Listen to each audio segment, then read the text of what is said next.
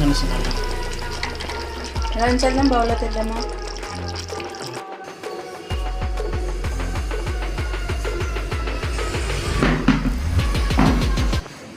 Hi friends, how are you friends? ఎలా ఉన్నారు friends? అందరూ బాగున్నారు ఫ్రెండ్స్. నేను చాలా బాగున్నాను ఫ్రెండ్స్. మీరు కూడా బాగున్నాను ఆశిస్తున్నాను ఫ్రెండ్స్. ఈరోజు అయితే స్పెషల్ అయితే చాలామంది ఫ్రెండ్స్ పీతల కర్రీ చేయని చెప్పేసి చాలామంది రిక్వెస్ట్ పెట్టారు.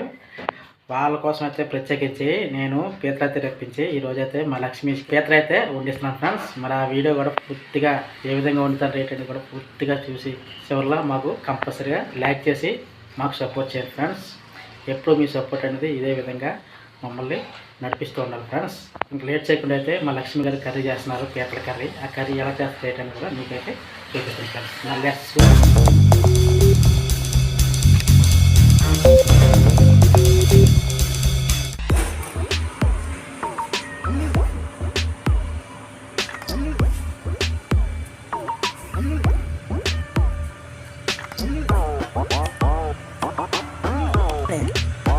పీత అనేది ఇలా డొక్క తీసుకోవాలండి. ఇందులో ఈ చెత్త కూడా తీసుకోవాలి. పాలు కూడా ఇలా తీసుకోవాలి. పీతల పులుసు అయితే చాలా చాలా బాగుంటుందండి. మా ఆయన ఎంతసేపు చికెన్ మటన్ తెస్తారు. పీతలు కూడా అటు చూస్తేనే భయం వేస్తుంది, కానీ సింపుల్ అండి. 100 రూపాయలు. 100 రూపాయలు పీతలే?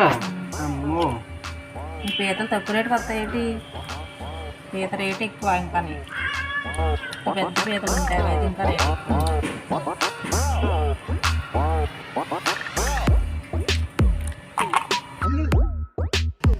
పీతల పులుసుకండి ముందుగా ఉల్లిపాయ ముక్కలు, టమాటా ముక్కలు కచ్చపచ్చగా మిక్సీ పెట్టుకోవాలండి.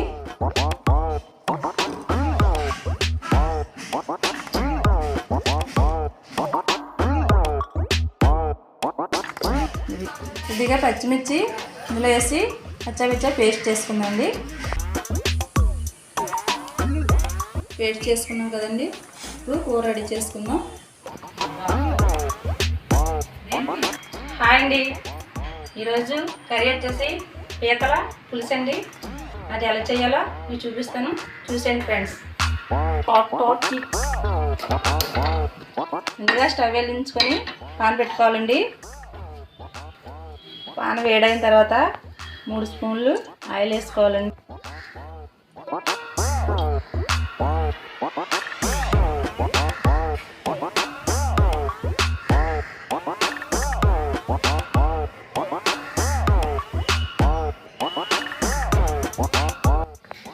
రెండు పచ్చిమిర్చిని చిన్న చిన్న ముక్కలుగా కట్ చేసుకొని వేసుకోవాలండి.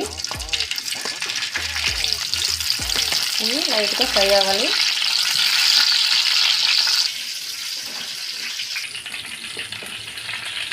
అయితే ఫ్రై అయ్యి కదండి, పచ్చివాసన పోయేంత వరకు వేసుకున్నాం. ఇప్పుడు ఉల్లిపాయలు టమాటా పేస్ట్ చేసుకున్నాం కదండి, పేస్ట్ని వేసుకోవాలి.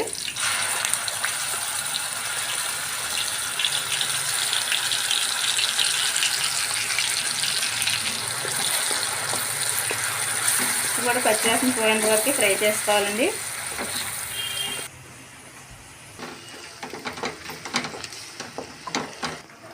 స్పూను అల్లం వెల్లుల్లి పేస్ట్ వేసుకోవాలండి. ఇది కూడా పచ్చివాసన పోయేంత వరకు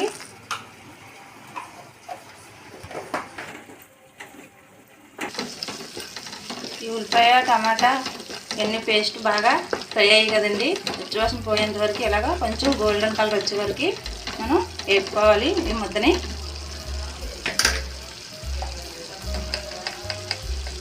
ఇప్పుడు 1/2 టీ స్పూను పసుపు వేసుకోవాలండి.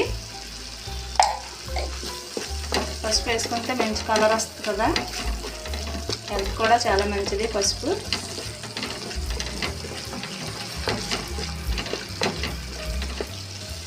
అలాగే 2 స్పూన్లు కారం వేసుకోవాలండి.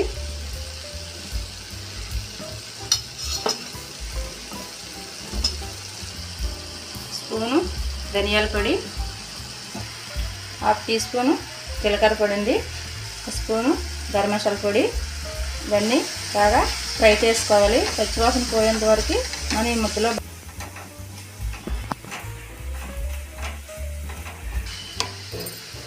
శుభ్రంగా అట్లా చేసుకొని ఉప్పు పసుపు వేసి బాగా కడుక్కోవాలండి. ఇట్లో కూడా బాగా నీసు వాసన ఎక్కువ వస్తుంది. బాగా కడుక్కోవాలి, శుభ్రంగా కడుక్కోవాలి. ఇప్పుడు ఇందులో పీతలు వేసుకోవాలండి.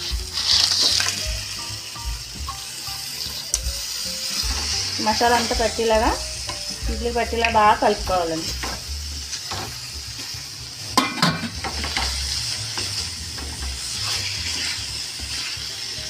అలాగే కొద్దిగా కొత్తిమీర వేసుకోవాలండి.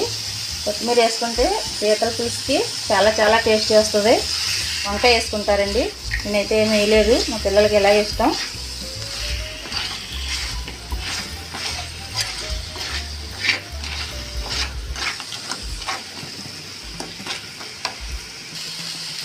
మనకి ఇప్పుడు రుచికి సరిపడంత సాల్ట్ వేసుకోవాలండి.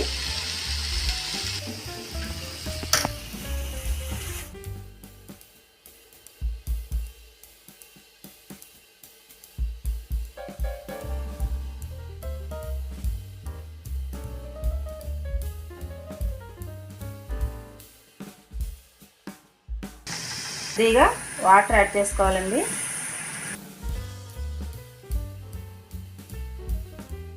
అందుకే ముందుగా చింతపండు రసం వేసేస్తే పీత అనేది కొంచెం లోపలికి వెళ్ళి ఉడకదండి, పులుపు ఎక్కిపోద్ది కదా. అందుకని కొద్దిగా వాటర్ వేసి ఒక 5 నిమిషాలు ఉడికించుకుందామండి.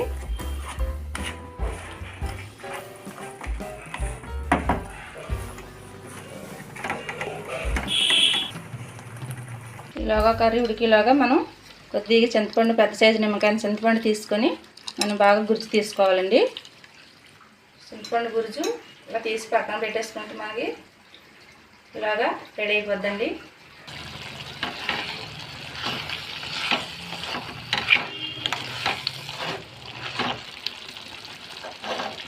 ఇప్పుడు ఈ చింతపండు రసం ఇందులో వేసుకుందామండి.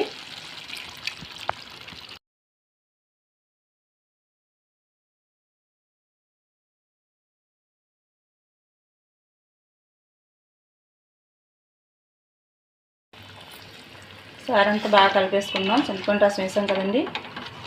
ఇప్పుడు మొక్కలు లోపల కంటే వెళ్ళి బాగా కుక్ అవుతుంది. మనం ఇప్పుడు 10 నిమిషాలు మూత పెట్టి కుక్ చేసుకుందామండి. పీతల పులుసు అయితే ఉడికిందో లేదో చూద్దామండి. చూసారా, దగ్గరగా అయిపోయింది. గుమ్మగుమ్మలాడే వాసన వస్తుందండి. పీతల పులుసు మరి వస్తుందండి. స్మెల్ ఎలా ఉంచేద్దాం, బౌల్లో తెద్దామా? చేత ఇప్పుడు కొద్దిగా కొత్తిమీర వేసుకుందామండి. స్టవ్ ఆఫ్ చేసుకుందాం. మొత్తం మీద అయితే పీతల కర్రీ అయితే రెడీ అయిపోయిందండి. ఇప్పుడు అన్నంతో మంచిగా తాగిద్దాం. మా ఆయన వంతు చేప ఫ్రై చేస్తారండి, నా వంతు పీతల పులుసు. ఎవరిది బాగుందో మీరే కామెంట్ రూపంలో మాకు తెలియజేయాలి. మంచిగా అన్నం రైస్ కూడా అయిపోయింది. నలుగురు కూర్చొని భోజనం అయితే పీతల పులుసుతో భోజనం అయితే మంచిగా లాగేస్తాం. ఓకే.